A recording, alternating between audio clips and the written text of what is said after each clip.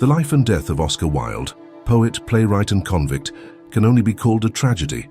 Every misspent life is a tragedy, more or less, but how much more tragic appear the elements of despair and disaster when the victim to his own vices is a man of genius exercising a considerable influence upon the thought and culture of his day, and possessing every advantage which birth, education, talent and station can bestow. Oscar Wilde was more than a clever and original thinker. He was the inventor of a certain literary style, and though his methods, showy and eccentric as they were, lent themselves readily to imitation, none of his followers could approach their master in the particular mode which he had made his own. There can be two opinions as to the merits of his plays. There can be only one judgment as to their daring and audacious originality. Of the ordinary and the commonplace, Wilde had a horror, which with him was almost a religion. He was unmercifully chaffed throughout America when he appeared in public in a light green suit adorned with a large sunflower. But he did not don this outrageous costume because he preferred such startling clothing. He adopted the dress in order to be original and assumed it because no other living man was likely to be so garbed. He was consumed, in fact, with overpowering vanity. He was possessed of a veritable demon of self-esteem. He ate strange foods and drank unusual liquors in order to be unlike any of his contemporaries. His eccentricities of dress continued to the end. Even in his beautiful book De Profundis, the man's character is writ so plainly that he who runs may read. Man of letters, man of fashion, man of vices, Oscar Wilde remained to the last moment of his murdered life a self-conscious egotist. "Gentlemen," he gasped on his deathbed, hearing the doctors express misgivings as to their fees, "it would appear that I am dying beyond my means." It was a brilliant sally, and one can picture the startled faces of the medical attendants. A genius lay a-dying, and a genius he remained till the breath of life departed. A genius we know to be closely allied to insanity, and it were charitable to describe this man as mad. Besides approaching very nearly to the truth, something was out of gear in that finely attuned mind. Some thorn there was among the intellectual roses which made him what he was. He pined for strange passions, new sensations. His was the temperament of the Roman sybarite. He often sighed for a return of the days when vice was deified. Modern women satisfied him not. He had had children of his wife, but they had their several rooms. On many occasions, Wilde actually brought the companions to his own home and indulged in frightful propensities beneath the roof of the house which sheltered his own sons and their most unhappy mother. Could the man capable of this atrocity possess a normal mind? London society was not so strict, nor straight-laced, that it will not forgive much laxity in its devoted votaries. Rumour had been busy with the name of Oscar Wilde for a long time before the whole awful truth became known. He was seen constantly at theatres and restaurants with persons in no way fit to be his associates, and these persons were not girls or women. It is not the gender of the people with whom Wilde frequented that was problematic of his time, but the fact that the men were not only pimps and prostitutes, but blackmailers and opium users who frequented the gutters of Europe's greatest cities and survived by preying on others. Indeed, to call them men rather than boys or youths is to mislead. All were over 19, but none were over 24, while Oscar was nearly 2 decades older. This, added to the flagrant way in which Wilde paraded his followers before the public, was what caused his downfall. Even at the height of his fame, Wilde's sexual preference was an open secret and had minimal effect on his fame or fortune. It was only when he began flaunting his relationships with these ne'er-do-wells that the problems arose, and if he had not incurred the wrath of the Marquis of Queensbury, they might not have caused his downfall. He paraded his friendships and flaunted his villainous companions in society's face. People began to look askance at the famous wit. Doors began to be closed to him. He was ostracized by all but the most bohemian coteries. Much that seemed strange and unaccountable was attributed to his well-known love of pose. Men shrugged their shoulders and declared that Wilde meant no harm. It was his vainglorious way of showing his contempt for the opinion of the world. Men of such parts could not be judged by ordinary standards. Intellectually, Wilde was fit to mix with the immortals. If he preferred the society of miserable, beardless, stunted youths, destitute alike of decency or honor, it was no affair of theirs, and so on ad nauseum. Meanwhile, heedless of the warnings of friends and the sneers of foes, Wilde went his own way to destruction. In London, he met a younger son of the eccentric Marquis of Queensbury, Lord Alfred Douglas by name. This youth was being educated at Cambridge. He was of peculiar temperament and talented in a strong, frothy style. He was good-looking in an effeminate, ladylike way. He wrote verse, his poems not being of a manner which could be acceptable to a self-respecting publication. His efforts appeared in an eccentric and erratic magazine which was called The Chameleon. In this precious serial appeared a poem from the pen of Lord Alfred, dedicated to his father in these filial words, "To the man I hate." Oscar Wilde at once developed an extraordinary and dangerous interest in this immature literary egg. A being of his own stamp, after his own heart, was Lord Alfred Douglas. Again and again and again did his father implore Lord Alfred Douglas to separate himself from the tempter. Lord Queensbury threatened, persuaded, bribed, urged, cajoled, all to no purpose. Wilde and his son were constantly together. The nature of their friendship became the talk of the town. It was proclaimed from the housetops. The Marquis, determined to rescue him, if it were humanly possible, horsewhipped his son in a public thoroughfare and was threatened with a summons for assault. On one occasion, it was the opening night of one of the Wilde plays, he sent the author a bouquet of choice vegetables. 3 or 4 times, he wrote to him begging him to cancel his friendship with Lord Alfred.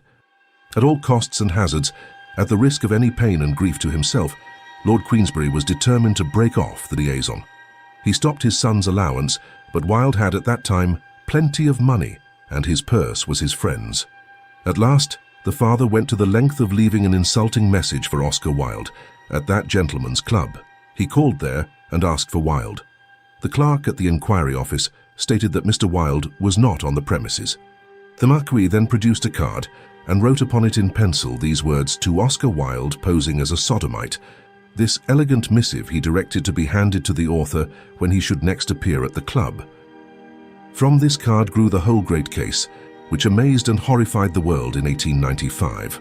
Oscar Wilde was compelled, however reluctantly, to take the matter up. Had he remained quiescent under such a public affront, his career in England would have been at an end. He bowed to the inevitable, and a libel action was prepared.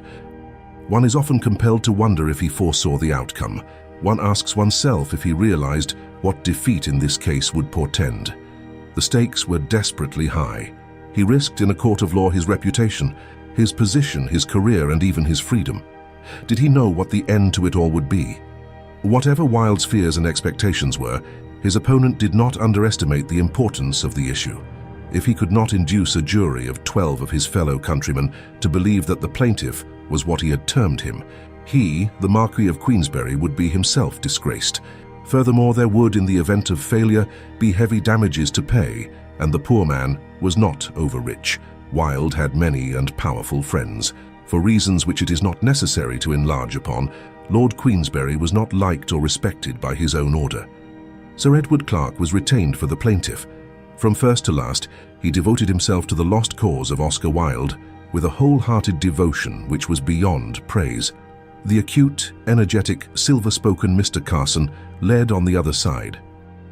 Extraordinary interest was displayed in the action, and the courts were besieged on each day that the trial lasted. Remarkable revelations were expected, and they were indeed forthcoming. Enormous pains had been taken to provide a strong defense, and it was quite clear almost after the first day that Wilde's case would infallibly break down. He made some astonishing admissions in the witness box and even disgusted many of his friends by the flippancy and affected unconcern of his replies to questions of the most damaging nature. He gave expensive dinners to ex-barmen and the like, ignorant, brutish young fools because they amused him. He presented youths of questionable moral character with silver cigarette cases because their society was pleasant. He took young men to share his bedroom at hotels and saw nothing remarkable in such proceedings. He gave sums of £30 to ill-bred youths, accomplished blackmailers, because they were hard up and he felt they did not deserve poverty. He assisted other young men of a character equally undesirable to go to America and received letters from them in which they addressed him as "Dear Oscar" and sent him their love. In short, his own statements damned him. Out of his own mouth, and he posing all the time, was he convicted. The case could have but one ending. Sir Edward Clarke, pained, surprised, shocked, consented to a verdict for the Marquis of Queensbury, and the great libel case was at an end. Oscar Wilde left the court a ruined and despised man. People, there were one or two left who were loyal to him, turned aside from him with loathing. He had nodded to 6 or 7 friends in court on the last day of the trial, and turned ashen pale when he observed their averted looks. It now becomes a necessary, albeit painful, task to describe the happenings incidental or subsequent to the Wilde and Queensbury proceedings. It was certain that matters could not be allowed to rest as they were. A jury in a public court had convinced themselves that Lord Queensbury's allegations were strictly true, and the duty of the public prosecutor was truly clear. The law is not, or should not be, a respecter of persons, and Oscar Wilde, genius though he were, was not less amenable to the law than would be any ignorant boor suspected of similar crimes. The machinery of legal process was set in action, and the arrest of Wilde followed as a matter of course. A prominent name in the libel action against Lord Queensbury had been that of one Alfred Taylor. This individual, besides being himself guilty of the most infamous practices, had, it would appear, for long acted as a sort of precursor for the apostle of culture, and his capture took place at nearly the same time as that of his principal. The latter was arrested at a certain quiet and fashionable hotel, whither he had gone with 1 or 2 yet loyal friends after the trial for libel. His arrest was not unexpected, of course, but it created a tremendous sensation, and vast crowds collected at Bow Street Police Station and in the vicinity during the preliminary examinations before the magistrate. The prisoner Wilde bore himself with some show of fortitude, but it was clear that the iron had already entered into his soul, and his old air of jaunty indifference to the opinion of the world had plainly given way to a mental anxiety which could not altogether be hidden, though it could be controlled. On one occasion, as fur-coated, silk-hatted, he entered the dock. He nodded familiarly to the late Sir Augustus Harris, but that magnate of the theatrical world deliberately turned his back upon the playwriting celebrity. The evidence from first to last was followed with the most intense interest, and the end of it was that Oscar Wilde was fully committed for trial. The case came on at the Old Bailey during the month of April, and it was seen that the interest had in no wise abated. Mr. Justice Charles presided, and he was accompanied by the customary retinue of corporation dignitaries. The court was crowded in every part, and hundreds of people were unsuccessful in efforts to obtain admission. Mr. C.F. Gill led for the prosecution, and he rose amidst a breathless silence to outline the main facts of the case. Wilde, he said, was well known as a dramatic author and generally as a literary man of unusual attainments. It would be shown that Wilde and Taylor were in league for certain purposes, and Mr. Gill then explained the specific allegations against the prisoners. Wilde, he asserted, had not hesitated soon after his first introduction to Taylor to explain to him to what purpose he wished to put their acquaintance. Taylor was familiar with a number of young men who were in the habit of giving their bodies or selling them to other men. It appeared that there was a number of youths engaged in this abominable traffic, and that one and all of them were known to Taylor, who went about and sought out for them men of means who were willing to pay heavily for the indulgence of their favorite vice. The visits of the latter to Taylor's rooms were touched upon, and the circumstances attending these visits were laid bare. On nearly every occasion when Wilde called, a young man was present with whom he committed the illegal act of homosexuality. When Taylor gave up his rooms in Little College Street and took up his abode in Chapel Street, he left behind him a number of compromising papers which would be produced in evidence against the prisoners, and he should submit in due course that there was abundant corroboration of the statements of the youths involved. Mr. Gill pointed out the peculiarities in the case of Frederick Atkins. This youth had accompanied the prisoner Wilde to Paris, and there could be no doubt whatever that the latter had in the most systematic way endeavored to influence this young man's mind towards vicious courses and had tried to bend him to his own will.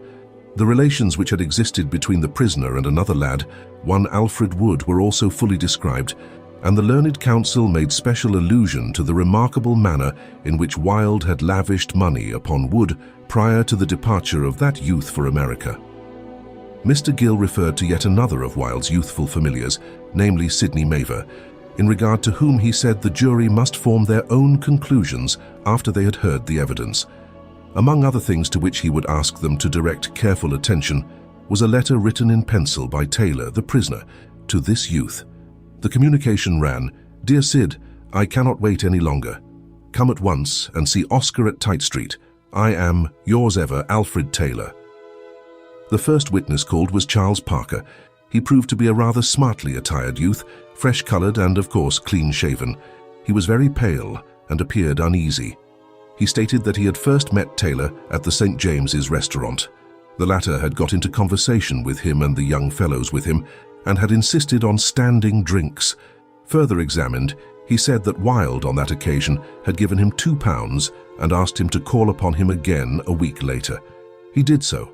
The same thing occurred and Wilde then gave him £3. The witness next described a visit to Little College Street, to Taylor's rooms. Wilde used to call there and the same thing occurred as at the Savoy. For a fortnight or 3 weeks, the witness lodged in Park Walk close to Taylor's house. There too he was visited by Wilde. The witness gave a detailed account of the proceedings there. The witness went on to say that during the period of his acquaintance with Wilde, he frequently saw Taylor, and the latter quite understood and was aware of the motive of the acquaintance. At the Little College Street rooms, he had frequently seen Wood, Atkins and Scaife, and he knew that these youths were in the same line at the same game as himself. The next witness was William Parker. This youth corroborated his brother's evidence. He said he was present at the dinner with Taylor, and Wilde described by the last witness. Wilde paid all his attention to his witness's brother. He, Wilde, often fed his brother off his own fork or out of his own spoon. His brother accepted a preserved cherry from Wilde's own mouth. He took it into his, and this trick was repeated 3 or 4 times. His brother went off with the prisoner to his rooms at the Savoy, and the witness remained behind with Taylor, who said, "Your brother is lucky. Oscar does not care what he pays if he fancies a chap." But all this latter evidence paled as regards sinister significance, beside that furnished by a young man named Alfred Wood. He said, "Wilde saw his influence to induce me to consent. He made me nearly drunk. I used to put his hand inside my trousers beneath the table at dinner and compel me to do the same to him. Afterwards, I used to lie on a sofa with him. It was a long time, however, before I would allow him to actually do the act of sodomy. He gave me money to go to America." The next witness called was Sidney Maver, a smooth-faced young fellow with dark hair and eyes. He stated that he was now in partnership with a friend in the city. He first made the acquaintance of the prisoner Taylor at the Gaiety Theatre. One day, however, Taylor said to him, "I know a man in an influential position who could be of great use to you, Maver. He likes young men when they're modest and nice in manners and appearance. I'll introduce you." It was arranged that they should dine at Kettner's restaurant the next evening. He called for Taylor, who said, "I am glad you've made yourself pretty. Mr. Wilde likes nice, clean boys." Sir Edward Clarke rose and proceeded to make some severe criticisms upon the conduct of the prosecution in what he referred to as the literary part of the case. Hidden meanings, he said, had been most unjustly read into the poetical and prose works of his client, and it seemed that an endeavour, though a futile one, was to be made to convict Mr. Wilde because of a prurient construction which had been placed by his enemies upon certain of his works. He alluded particularly to Dorian Gray, which was an allegory pure and simple. According to the rather musty and far-fetched notions of the prosecution, it was an impure and simple allegory, but Wilde could not fairly be judged, he said, by the standards of other men. For he was a literary eccentric, though intellectually a giant, and he did not profess to be guided by the same sentiments as animated other and less highly endowed men. He then called Mr. Wilde. The prisoner rose with seeming alacrity from his place in the dock, walked with a firm tread and dignified demeanour to the witness box, and leaning across the rail in the same easy and not ungraceful attitude that he assumed when examined by Mr. Carson in the libel action, prepared to answer the questions addressed to him by his counsel. Wilde was first interrogated as to his previous career. He had married a Miss Lloyd, and from that time to the present he had continued to live with his wife at Tite Street, Chelsea. He also occupied rooms in St. James's Place, which were rented for the purposes of his literary labours, as it was quite impossible to secure quiet and mental repose at his own house when his 2 young sons were at home. He had heard the evidence in this case against himself and asserted that there was no shadow of a foundation for the charges of indecent behaviour alleged against himself. Mr. Gill then rose to cross-examine, and the court at once became on the qui-vive. Oscar Wilde seemed perfectly calm and did not change his attitude or tone of polite deprecation. The love that dare not speak its name. What construction do you put on such a line? I think the writer's meaning is quite unambiguous. The love he alluded to was that between an elder and younger man, as between David and Jonathan.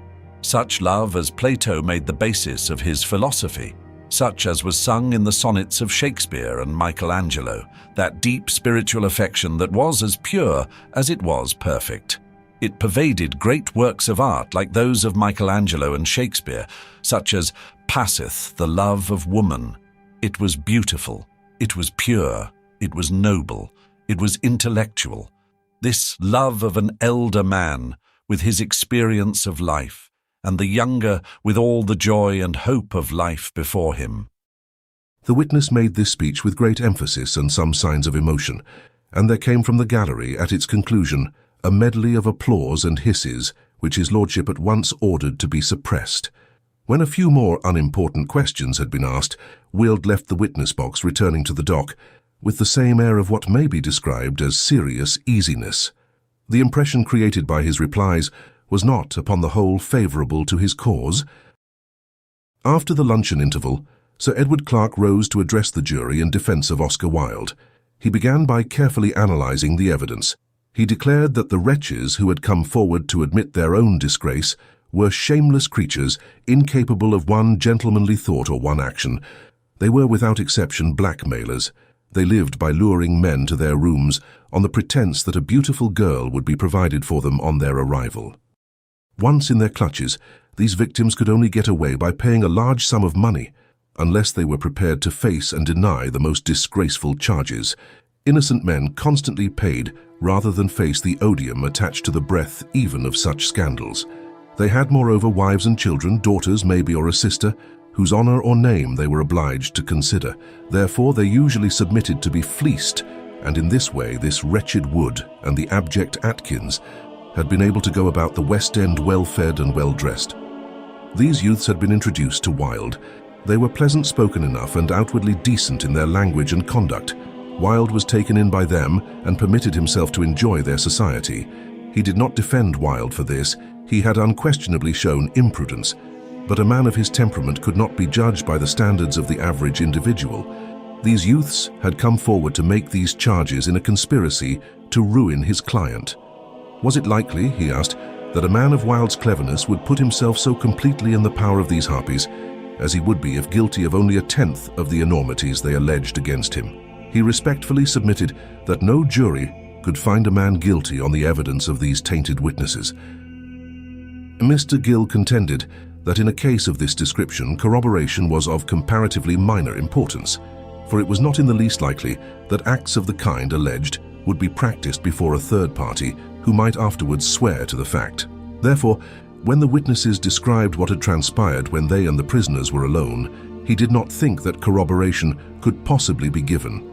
There was not likely to be an eyewitness of the facts, but in respect to many things he declared the evidence was corroborated. Whatever the character of these youths might be, they had given evidence as to certain facts, and no cross-examination, however adroit, however vigorous, had shaken their testimony or caused them to waver about that which was evidently firmly implanted in their memories.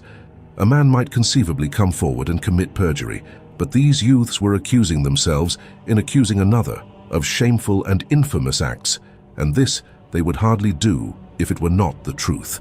Wilde had made presents to these youths, and it was noticeable that the gifts were invariably made after he had been alone at some rooms or other with one or another of the lads. In the circumstances, even a silver cigarette case was corroboration. His learned friend had protested against any evil construction being placed upon these gifts and these dinners, but, in the name of common sense, what other construction was possible? When they heard of a man like Wilde, presumably of refined and cultured tastes who might, if he wished, enjoy the society of the best and most cultivated men and women in London, accompanying to Nice and other places on the continent, uninformed, unintellectual and vulgar, ill-bred youths, then, in heaven's name, what were they to think? All those visits, all those dinners, all those gifts were corroboration. They served to confirm the truth of the statements made by the youths who confessed to the commission of acts for which the things he had quoted were positive and actual payment. Mr. Justice Charles then commenced his summing up. The learned judge proceeded to outline the features of the Queensbury trial, commenting most upon what was called the literary part of Wilde's examination in that case. The judge said that he had not read Dorian Gray, but extracts were read at the former trial, and the present jury had a general idea of the story. He did not think they ought to base any unfavorable inference upon the fact that Wilde was the author of that work. It would not be fair to do so, for while it was true that there were many great writers, such for instance as Sir Walter Scott and Charles Dickens, who never penned an offensive line, there were other great authors whose pens dealt with subjects not so innocent. They were, however, unable to reach a decision, and a mistrial was declared. The second trial of Oscar Wilde, with its dramatic finale, for no one thought much of its consequences to Alfred Taylor, came on in the third week of May at the Old Bailey. The jury retired to consider their verdict at 3:30, and at 5:30 they returned into court.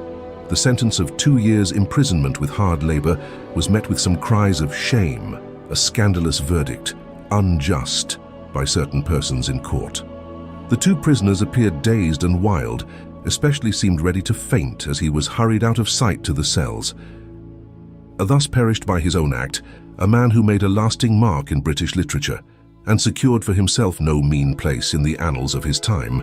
He entered upon his incarceration bankrupt in reputation, in friends, in pocket, and had not even left to him the poor shreds of his own self-esteem. He went into jail knowing that if he emerged alive, the darkness would swallow him up, and that his world, the spheres which had delighted to honor him, would know him no more. Oscar Wilde emerged from prison in every way a broken man. The wonderful descriptive force of the Ballad of Reading Gaol, the perfect torturing self-analysis of De Profundis speak eloquently of powers unimpaired, but they were the swan songs of a once great mind. All his abilities had fled. He seemed unable to concentrate his mind upon anything. He took up certain subjects, played with them, and wearied of them in a day. His faculties had been blunted by the horrors of prison life. He abandoned every subject he took up in despair. His mind died before his body. He suffered from a complete mental atrophy. He died in 2 years and is now the merest memory. Let us remember this of him. If he sinned much, he suffered much.